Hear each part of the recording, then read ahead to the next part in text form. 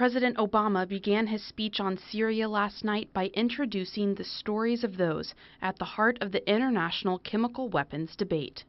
The images from this massacre are sickening.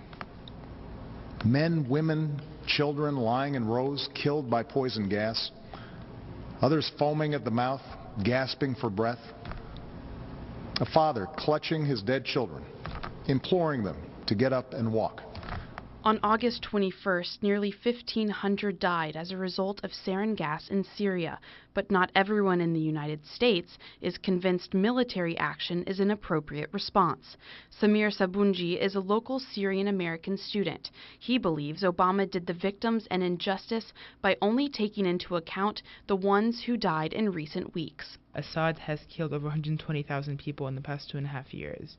And if we find 1,429 people, which is a small percentage of those killed, such an issue, just because they're gas by chemical deaths, weapons or poisonous gas, but we don't find the other 120,000 people that were killed by conventional weapons, such as TNT barrels, Scud missiles, cluster bombs, and all that kind of stuff, an issue. Then that's something that I feel is wrong.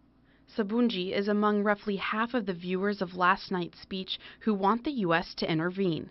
Florida Congressman Ted Yoho is among those who oppose it. Yoho says he remains loyal to his district and his constituents have made their opinions quite clear. Our action, if we were to act this way without better cause, without a national threat, would be an act of an aggression by the United States of America on a sovereign nation that did not attack us. And that's the beginning of a war. And if we start that, do we not open ourselves up? Are we not inviting war? And I find it unconstitutional for us to go this way. With the congressional vote postponed, Obama still has to convince Congress to support his plan. Intertwined in the debate is a discussion on Russia and its support of President Bashar al-Assad's regime.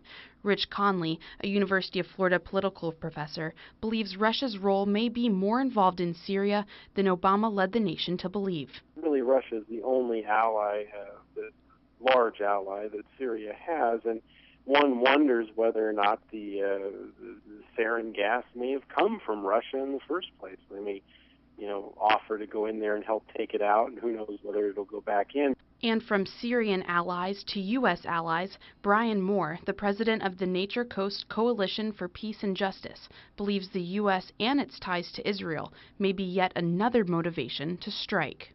I think that the premise is because of the issue of Israel and Iran, and that's what's motivating Obama to take the position that he is.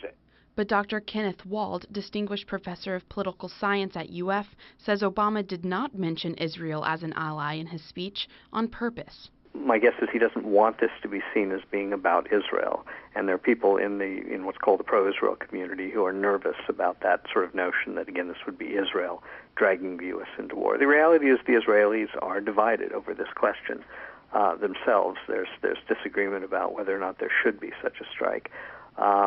And so I don't really think that he wanted to make this a referendum on Israel. In some sense, I think it was his goal to focus this more narrowly on the threat to our soldiers and again, to all of our allies who are anywhere near military forces that could use chemical weapons.